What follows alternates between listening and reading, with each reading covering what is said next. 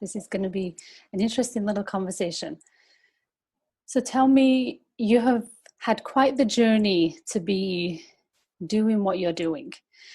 And in that process, no doubt have been challenged with who you are and what is it that defines you as who you are. What do you think that is now, looking from the past?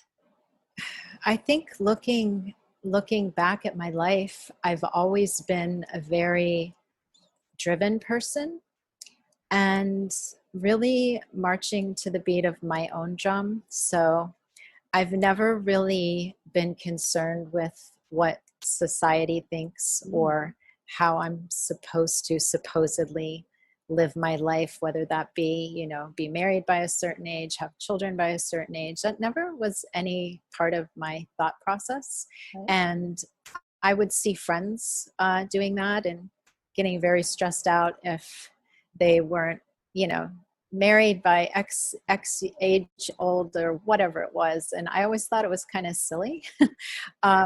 So I've always marched to my own drum and been a believer in anything is possible and really trusting in that we're all meant to live a fabulous life and living from the heart and following whatever that is. And no matter what fears come up, because fears come up, and I've had many fears come up, but moving through them anyways and really pushing. And it's hard sometimes when you don't have support from family members.